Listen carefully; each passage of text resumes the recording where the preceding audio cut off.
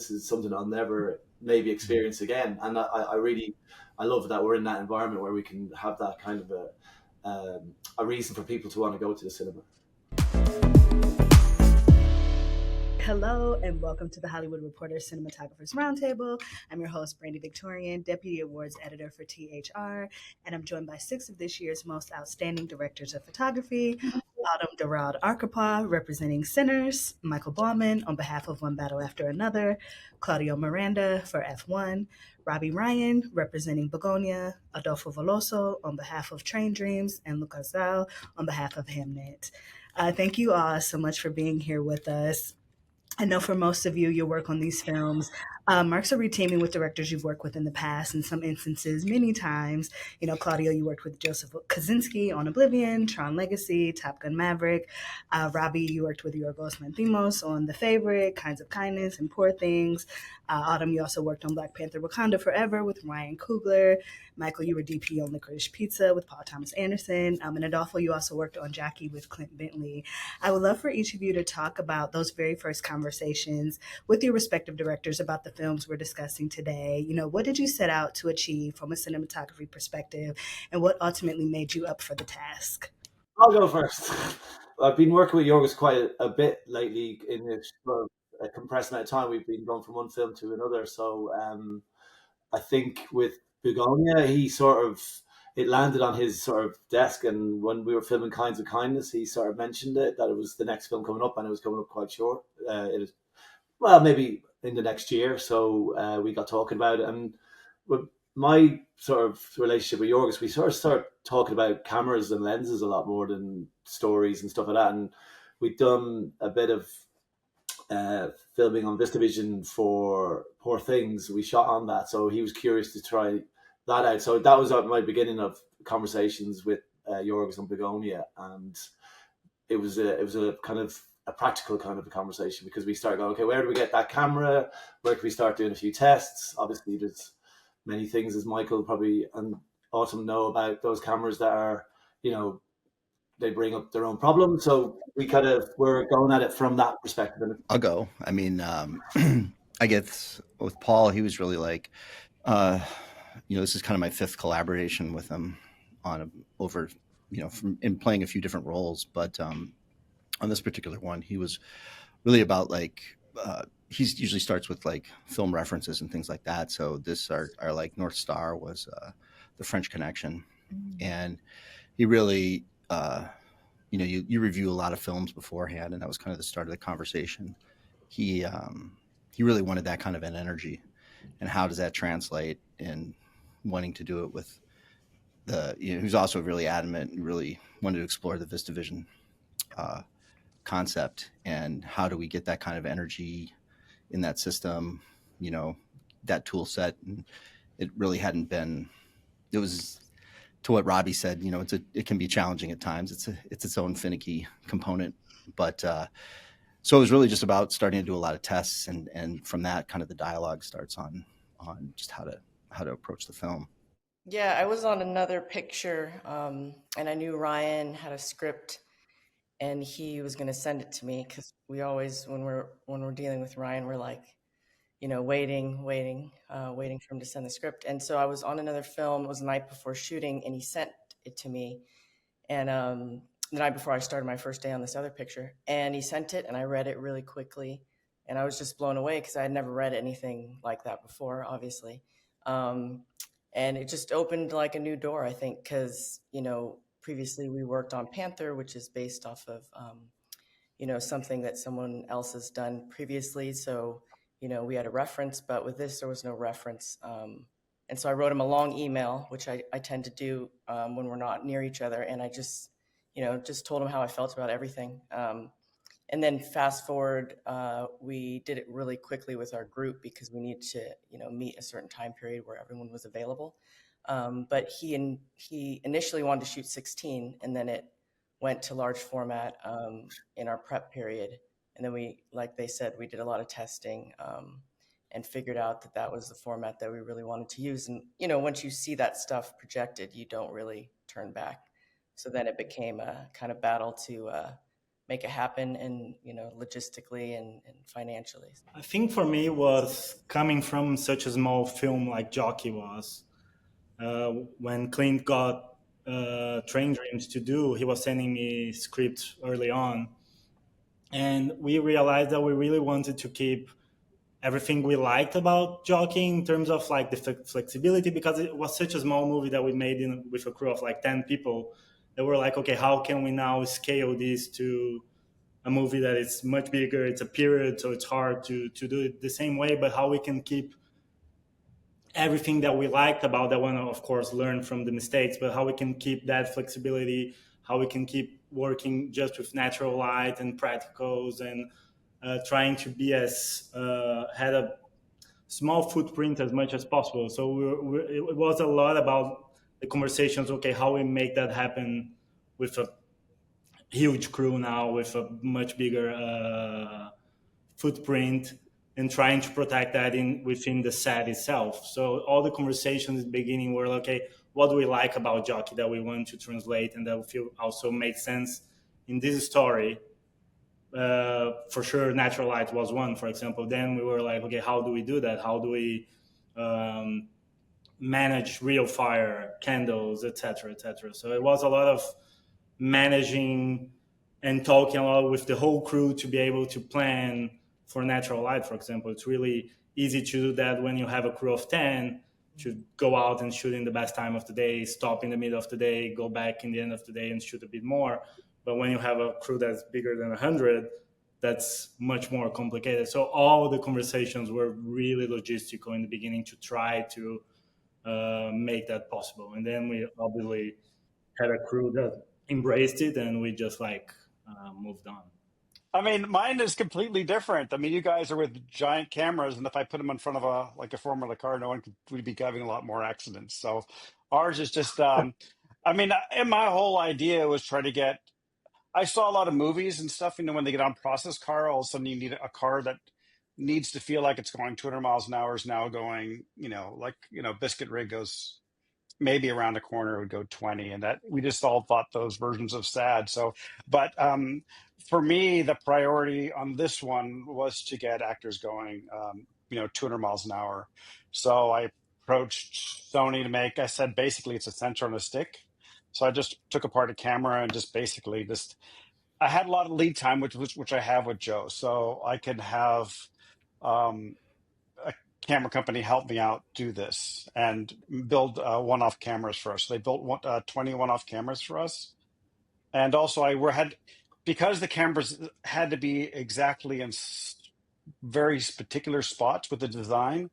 I had to work closely with Mercedes, because every focal length and every position was mapped, and there was I was saying I would look at some previs and I say, oh, this has to be a half a centimeter this way, otherwise the wind blocks or the forward angle doesn't work, because everything had to be set. And it was to get every angle approved, it was 3 months for just to get it all done. And I had to be that kind of crazy accuracy about where everything was placed, because also it's about actors are driving plus 180 miles an hour. It had to be also safe for them. So you couldn't put giant speed rail because everything had to be kind of built for crushing. So I never, I haven't been in a situation where it's all safety and these are the limitations of where cameras are going. But I think in the end, we told the story of speed. So when we first met with Chloe, we were mostly talking about, life, death, relations. We're talking a lot about relations, our relations. And we're talking also what we like, what we do not like, that, we want to make this film very simple, kind of normal, that, we're talking how we are going to build our frames, that, the kind of tableaus are so important for us. So also what is beyond the frame. And the most important thing was very soon when we started working, we went to the forest, because that was also very important for us to just how to show the forest as a living organism, how to show the life, this cycle where our things are born and death. And then we went to the forest, and we just spent our time 4 days. So then we were chatting in the morning. I also prepared a lot of excerpts of different films.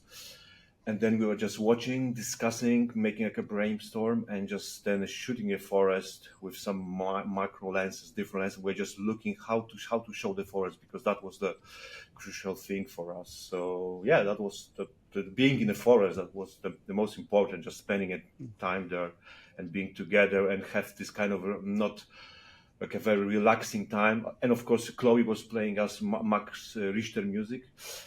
So then we are listening to music and then just trying to get into this. Nice. Well, as you all have kind of started to talk about, technology played just such a huge role in the cinematic presentation of each of your films. Robbie, I know for Bugonia, you tracked down a Wilcam 11, the only one of its kind in the world to capture scenes. One, how did you track down this camera, and why this specific camera, and how did its use affect your process? Well, again, it goes back to Poor Things. I got in touch with Scotty Smith, who's a technician who kind of knows a lot about those cameras, and we just got talking about it. And he sort of had. It's kind of an unusual. It was a camera that was sold in a fire sale in Keslow Cameras. They got rid of it, and a Belgian DP who's I've forgotten his name there, but he's a 29-year-old guy. He bought it for like 10 grand, and it's just a whole kit. And he just took it, and then he didn't know what to do with it. I think, if I'm right in saying, I'm sure he's probably going to get in touch with me and give out about not being right. But what I got the sense was that he sent it in and got in touch with Scott Smith about reconfiguring it to kind of be a bit more of a shoot friendly camera. And then another technician called Marty Mueller got involved, and they reconstructed the camera a bit. I think in like when we were doing Poor Things, it wasn't available to us to try out or use, but in the intermediate time, it had come available. They'd done a bit of electronics, reconstruction, whatever, to fix it so it's more shoot friendly. And so it worked out well that we were able to test it.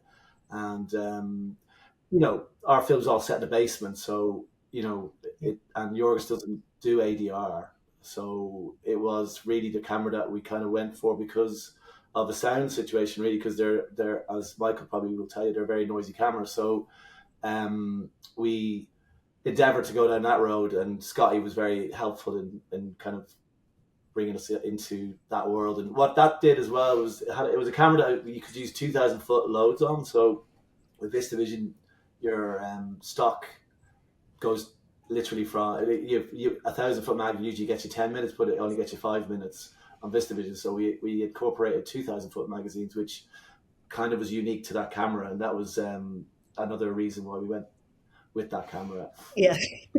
Well, and Michael, I want to bring you in on this as well, with One Battle After Another also being shot in VistaVision. Prior to The Brutalist, which won the 2025 Oscar for cinematography, this technology was last used in a feature film, or this format in a feature film in 1961. What kind of accounts for this resurgence, and can you talk about also why you wanted to use this format?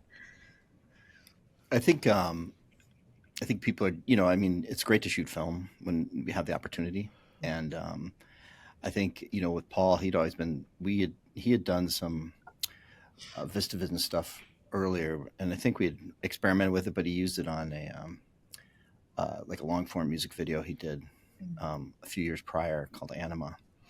And I think, given the nature in the scope of the film, he really wanted to try and do something that was like large format. And he's always also thinking he does the full photochemical as much as possible. So he's looking at like, how do I get this into 70 millimeter? He was definitely, talking about IMAX and all that. And just, so how do we get something that a camera system for what our needs were, where we could shoot, as practical as possible, because it's interesting. It's kind of like even this is he really wanted to try and make it as like a small independent movie, because I think he felt that was really critical to the aesthetic of the film. And so it was trying to, get as mobile and light as quick as possible. And so there was a lot of testing and exactly to what Robbie said, sound challenges and things like that, just to kind of see, and rigs, because the viewing system on a Bocam, which is what we ended up getting and using as our primary camera, is very specific. Mm-hmm. So there were just challenges on how to move the camera and how to frame and all this kind of stuff. So it Yeah, it was a process of several months of just kind of getting things to in a shootable form, like that we could move at a speed that we needed to move at. I shot a movie this year with VistaVision, and when I was about to prep it, they arranged me a call with Robbie to ask about the camera. And Okay. after the whole conversation, I was in, but what do you think? And Robbie just said, I'm glad I did. Not sure I would do it again. Did I put you off? I know, yeah. Well, I think I really don't want to give out about the camera because it's a gateway to get you a beautiful image, and it's very, very worthwhile going through. Basically, when we're on a film set, a lot of eyes are on camera. You don't want it to be slowed up. Like your shoot it's a clock, a ticking clock. And with that camera, I just remember a lot of eyes would come onto us because there'd be a bit like, first for the wheel cam, it takes 5 minutes to reload it, so you are already taking time up. But then when there's a little bit of a camera issue, it gets a little bit more, it raises the stakes a little bit. But I really don't want to sort of give out about the camera because I think the format, as Michael's saying, is so wonderful. And the fact that Paul's film is so propulsive and so like energy, sort of, you would never imagine, like the way I'm talking about it sounds like you'd never get anything done, but like the Bocam is like a small little amazing camera that can kind of do a lot of things. And it's just this is all just a kind of a way to get a really great image. And as Michael's saying, to be able to work on film is a privilege, and it's great to promote it. And it's great that in a way Paul's endeavor to get it photochemically finished and shown in the 4 cinemas in the world on VistaVision, which to me, I've been to it twice now in London, because it feels like going into an art gallery. Like, this is something I'll never maybe experience again. And I love that we're in that environment where we can have that kind of a reason for people to want to go to the cinema. Yeah, absolutely. And Claudio, maybe kind of similar from you, because I believe the custom cameras for F1, you were kind of building on the technology for Top Gun Maverick. I think the Venice Extension Mini. Can you talk about that a little? Did you expect to kind of use that technology again? And kind of what was, the process a little bit of updating that tech for this film?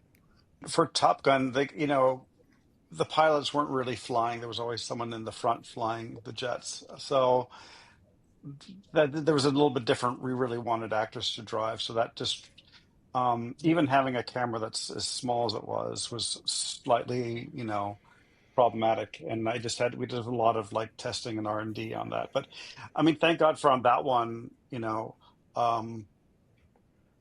was given the time. I just, and that's the great thing with me and Joe, that I have a history with him. We said, like, I'd love that he tries to keep everything authentic, that we don't go to, volume stages, or like, I mean, that would be a sad version of the movie, I think, and to try to do it like in that kind of synthetics in a way. So I'm all with you, like in the organic ways to shoot it as much as possible. So I guess my version of the organic thing is, let's go 200 miles an hour, I guess, in some sort of, and that's exciting to me when we first did it. And of course I was like, we did this whole like thing where around the track where we had to do it. And I had like this fail safe. So they formed a seat for me, and I'm like in the car, like potentially going to operate the thing. And man, I was, black and blue at the end of that thing. So thank God that was plan, I think, C. So I'm glad that plan A worked, where I get to stay somewhere and not get sick. Nice. Well, you survived. I survived.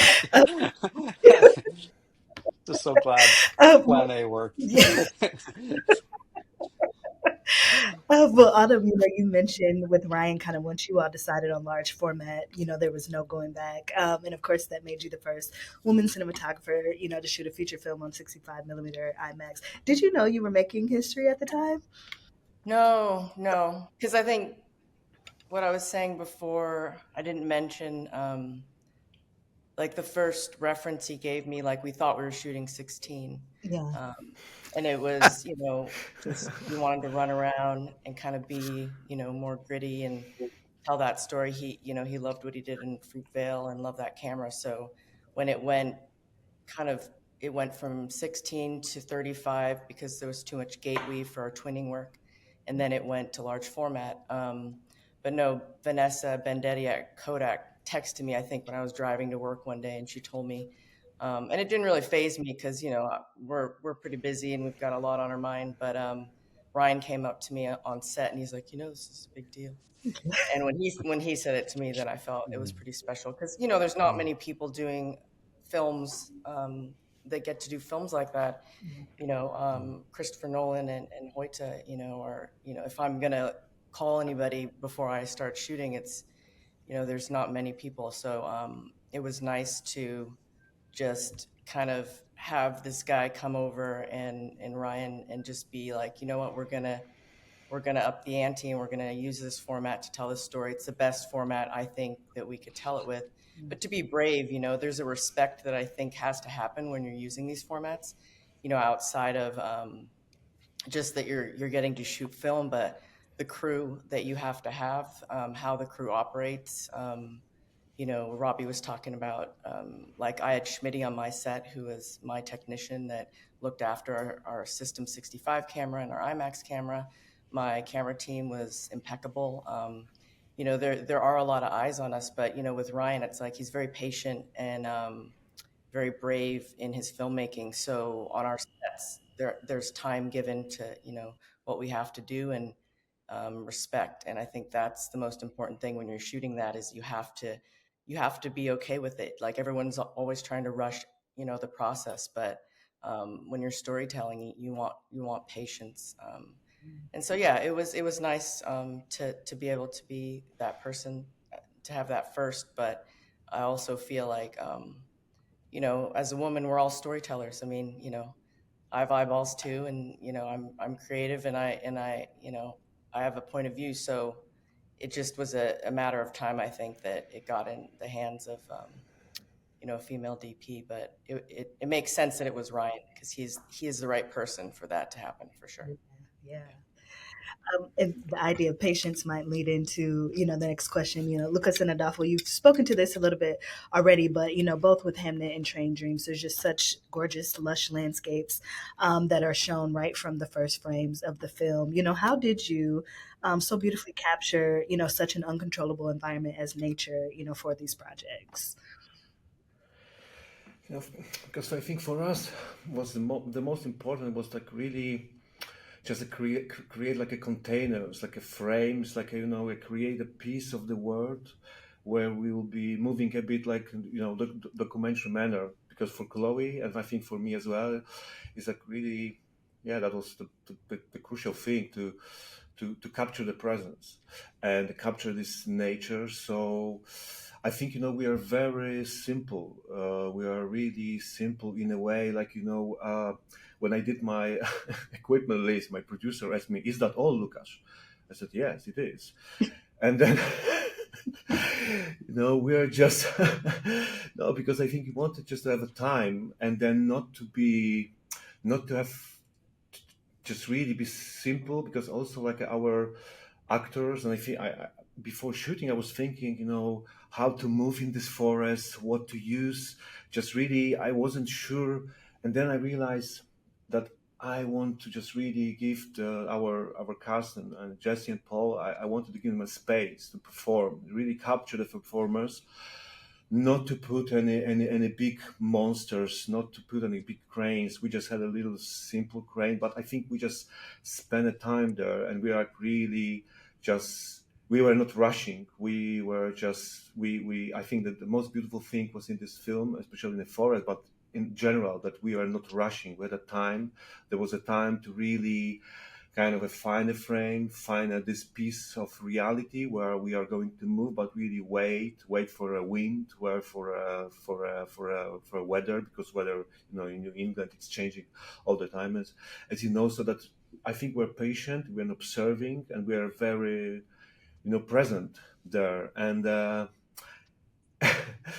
like a little kind of a funny thing where we had, it's not in a forest, but it was in a globe, that we put a big crane there in a globe, and then we felt that this crane is so big that it's just ruining the kind of a feeling that it's like an alien in this globe. And then we just removed the crane and we're just shooting everything from a leather pot, because we didn't, and it was exactly the same in a forest, in a house, that we are just, I think we're trying to be simple and very patient and just observe and but being ready for everything what is happening. That we had a plan always, but but but but I think we were always ready for something unexpected, for just changing decision. That sometimes things were not working, then okay, let's do a completely different thing. And I love that this kind of that you build the world, you're deciding about, okay, we see this and this, but then you can change everything within this frame, within this angle. We can work there a bit documentary. Yeah, so I think that was the approach. I think for us was really similar actually. For us, nature was a very important character in the movie, so we talked a lot about how to portray that in images. So how do we shoot nature in a way that it doesn't feel like we're shooting landscapes? How we shoot nature in a way that looks like we're shooting just another character in the movie. So that goes from simple decisions like, okay, we don't need a drone shot here to show nature, because we wouldn't shoot a person on a drone shot. We would shoot it from here, from the ground, with a handheld camera. And the same way as like whenever we have the characters with nature and trees and forest behind them, okay, let's shoot that as we're shooting an over the shoulder on another character, and the reverse, and so it goes on. So it was a lot about trying to portray nature as a character in the movie, and a character that has a voice, that it's kind of fighting back. So giving that voice to nature was important, and being also open, like Lukasz said, to the changes. And Clint is a really amazing director on adjusting to whatever happens. So whenever shooting animals, for example, if the animals are not doing what they're supposed to do, let's just embrace it and shoot them doing whatever they want to do. And then actors would be even more amazing and adapt to that and kind of go do whatever the animals wanted to do. And the same thing with nature. If it's raining and we didn't want it to rain, why not? Let's just embrace it and shoot it. Now the scene is a raining scene, and vice versa. And having real locations was also amazing, because we could be in or out whenever we wanted. So if it's not quite right outside, let's go inside and shoot it inside, and vice versa. So really embracing nature and trying to make it as part of the set as possible. I mean, you also had to show like the devastation of nature, particularly through fire. There's also a light source in this film. Can you kind of talk about the importance and the decision to use real fires instead of visual effects, and kind of what it took to pull that off?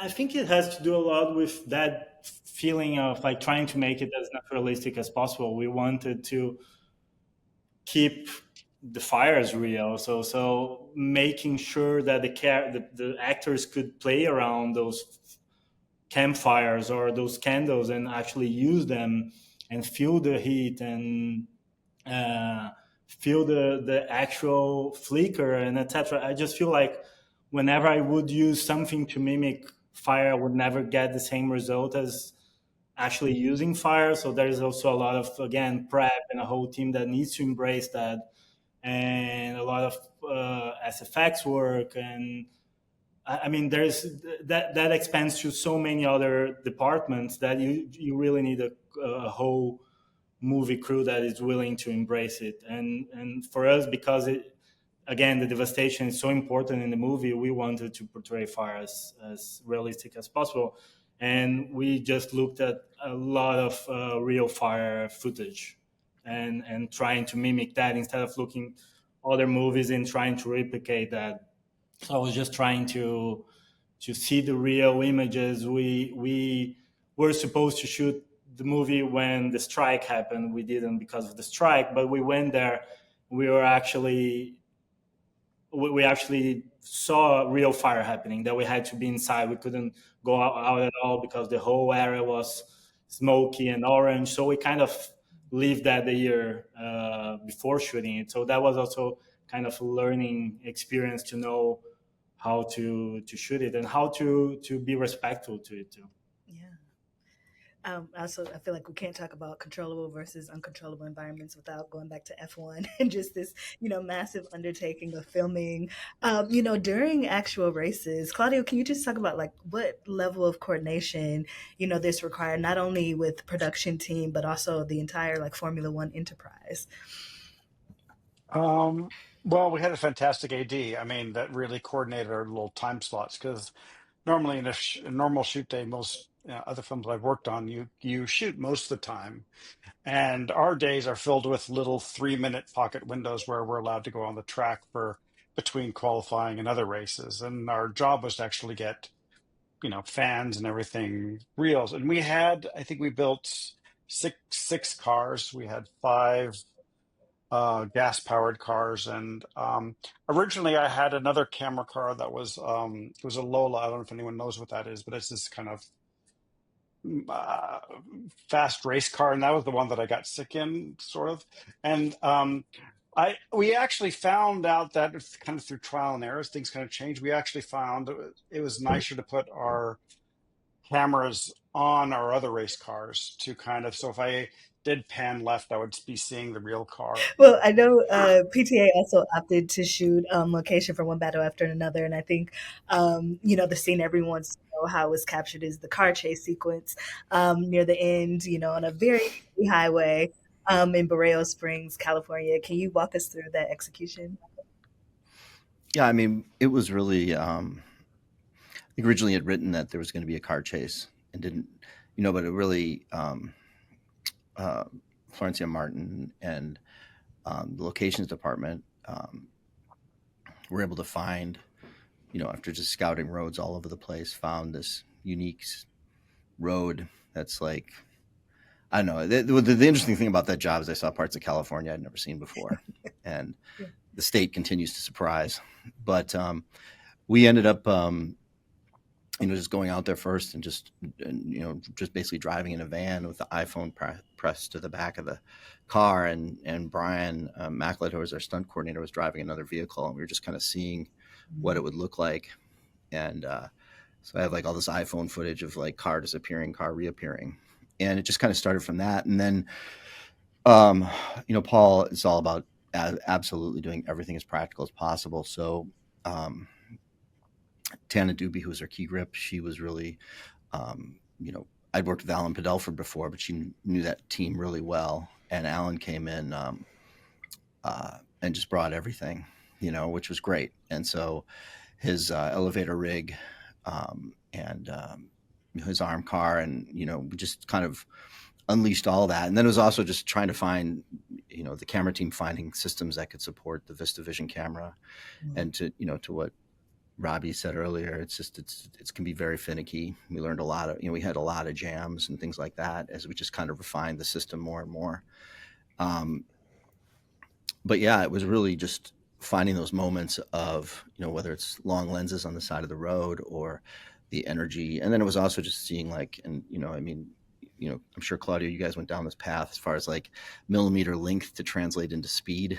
And, so it was really like finding, okay, great, we can use short zooms to really accelerate the, just the over the hill and how fast you're going. And then, Serge Nafta was pulling focus for us, was racking to, just different points in the road, which just added another element.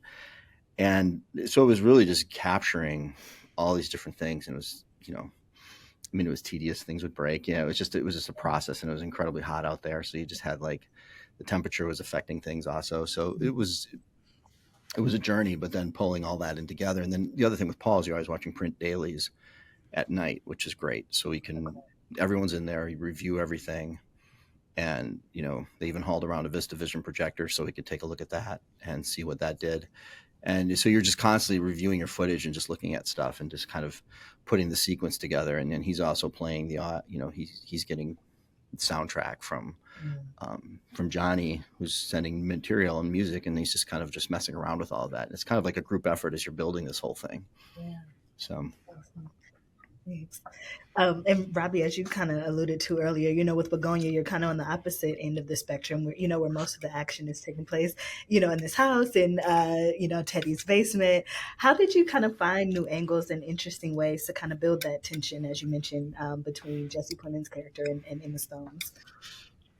Yeah, well, a lot of the film happens in a basement. Yeah, I feel like, listen to you guys, I would have loved to be out in those roads driving around like crazy. But the story, 70% of our story is about Emma Stone locked to a bed talking to Jesse Plemons, who is, interrogating her, or, um, challenging her on all levels. So I think the clever move with going VistaVision on this camera is because on this film is because Yorgos felt the portraiture you could get on that camera was going to be the prime sort of ace card in the film in a way. Their faces are so amazing to watch, and their characters' development is all about the subtlety of, like, is somebody lying, is somebody not. So we knew that we'd end up shooting. There's no way but kind of like shooting sort of static shots of close-ups, and I have to say thank you to Olga Abramson, our folks putter, because like everything we shot was on a very long lens a lot of the time, and at a very open aperture. So her folks putting is like exemplary in that, and it kind of is a character in itself. So I think the VistaVision portraiture photography is it's a really great choice on that film, because it lends so much to their character development. But I can't really. Our film doesn't have much else to sort of like. With Yorgos, his camera moves when the people move. So in this film, everybody's sitting down all the time, and there's a long talk. But I was always concerned about, maybe is this going to be a bit something which doesn't keep you engaged. But I think it's down to the actors that you're so drawn into their story, and you just stick with it, and you're kind of engrossed in it, really. So that was a good win for us. Agreed.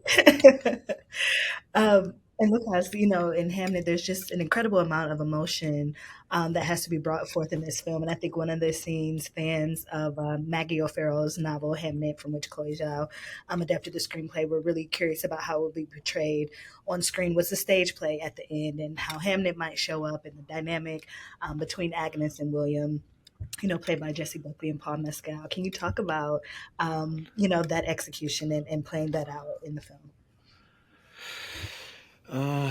Yeah, I mean that's kind of interesting, because also the ending, like I mean, of course, first of all, we went to a real globe, and then Chloe just came to me and Fiona Crombie, a production designer, and she said to us, we cannot shoot in the real globe. I don't like it. It doesn't work for us. So then we decided to build our little globe, because she wanted that this globe inside will look like a tree. There will be like an inside of the tree. So that was the first thing. And then we just we knew that it's going to be the most important part of the film, and also. But the ending, that the exact ending, how it ended at the end, that it was just came up 4 days before the end of shooting. Just Chloe just found this idea, so that exactly it's like we were working that we had a plan, we had ideas, but we were really just observing what is going on. It was just and we're just also, I think, like exactly like with everything, we were there just very simple. We had this leather pot, we just remove a crane because it was like a something not belonging to this place, because we wanted to, and then we are just observing, following the emotions, just by day, very slowly, just trying to capture the truth, trying to capture the emotions, and being close to our characters. And what was most, I think, interesting for me, that there was done like a DreamWork session for extras. And that was amazing that this dream work really helped our extras and actors, but also extras, just to get into those emotions of grief, of losing somebody, of just being there, just help them to just be so immersed in the situation that I was kind of shocked, how it worked, how this interfered the people that we were so in. And also, I think what happened in this film, and I think this really is transferred into this scene, but also in the whole film, that we, as a crew, Chloe is calling this like a village, because we are like a village. We are like a really close people. We create like a family.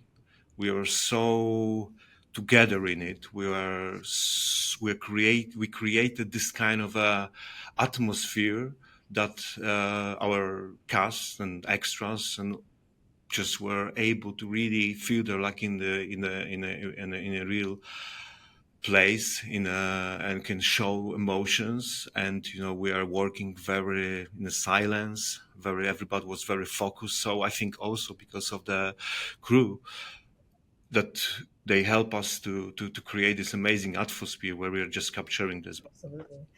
Well, I also want to talk about another scene, in Sinners. I think one of the more talked about and kind of dissected is the dance sequence in the juke joint, kind of connecting past and present forms of movement in African American culture. What went into capturing that moment, Autumn? Yeah. I mean, when you read that on the page, like when I read it originally, it's, say it's like half a page of description.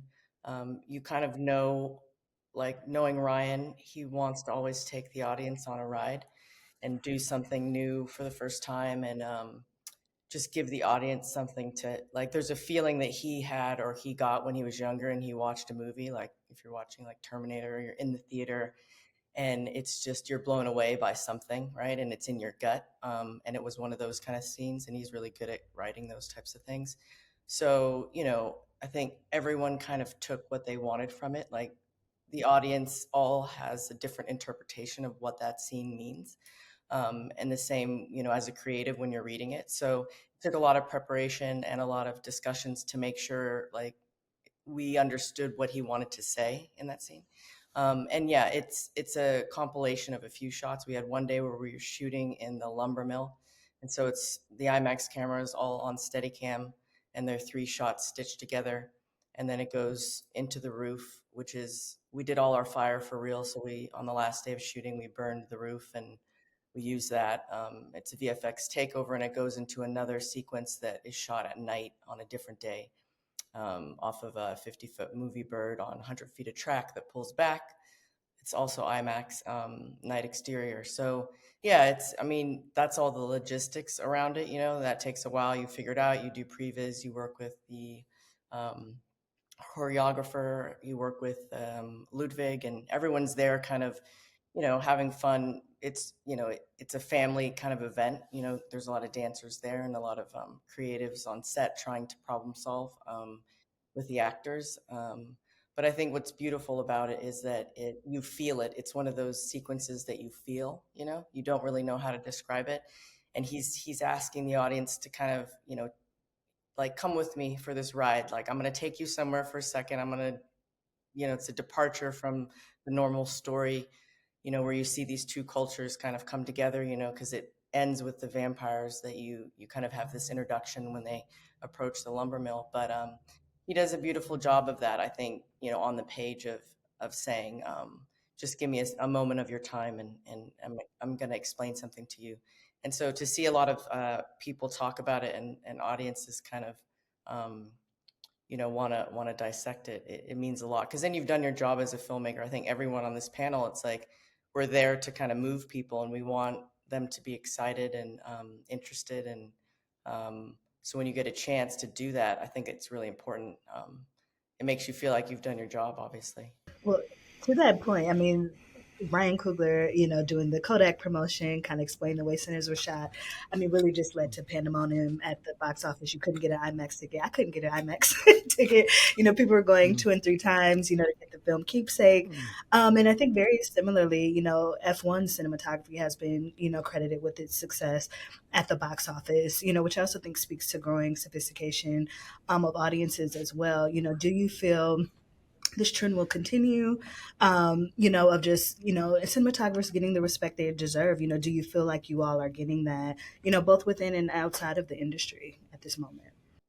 Yeah, I mean, you want to get people out of their seats and out of their houses, because we're also inundated with images and content that I feel like if you want to express yourself with an old tool and revive it and tell a new story that's different, it's about creating an experience. I took my son to see F1, and there's not a lot of movies my son can see, and I wanted to see it. And I went and, I got an IMAX ticket. I bought it early, and same for One Battle. And so it's like, I want to be excited again. I want to go to the theater, and I want to, have that experience that I had when I was younger, and bought a ticket and waited a couple of weeks to see something, everyone's looking for something new. They want to be woken up, like jolted out of their seat.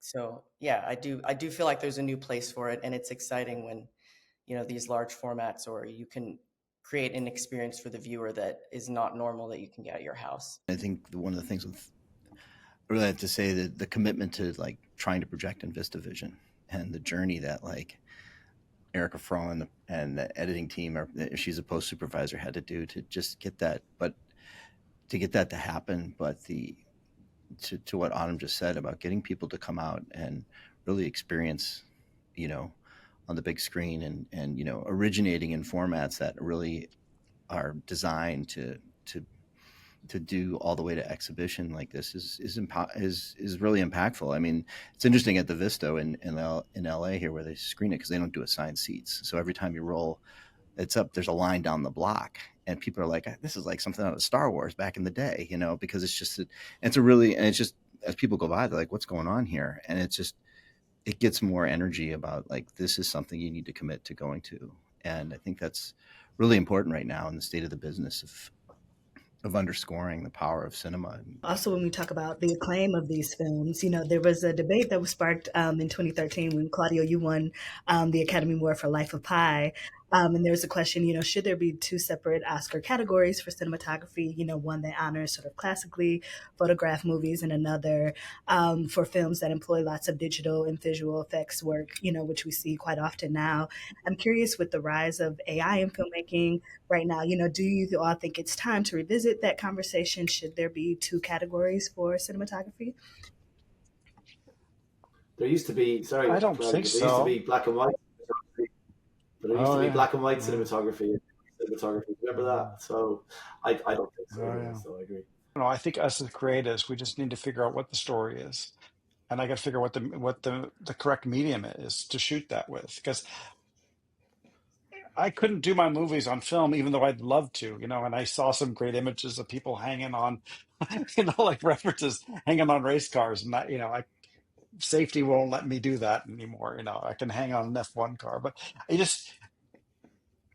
I know I had to tell my story this way, and everyone has their own path, and I think whatever path they choose, I think we should honor that, and whoever accepts that. I just don't feel like it should be like segregated, and sometimes I feel like the people who are actually judging may not actually know exactly what it was shot on. So I think that division line gets blurred by who was actually voting for it. So I think in the end, this is, how does it make you feel? How do you feel about what you saw? I think as well we're harnessing so much digital visual effects stuff in all of our films that we've shot on bigger, larger film formats that it's a very important part of us getting that image across. Is there's a lot of hidden sort of visuals that are being helped by digital technology. So it's just harnessing and making it all kind of like as a presented feeling true to whatever your final film wants to be. But we're in debt to the all the visual effects as well. Well, thank you all so much for being here with us and for sharing your incredible work. I'm Brandy Victorian, and this is the Hollywood Reporter Cinematography Roundtable. Thank you. Thank you. Well, thanks.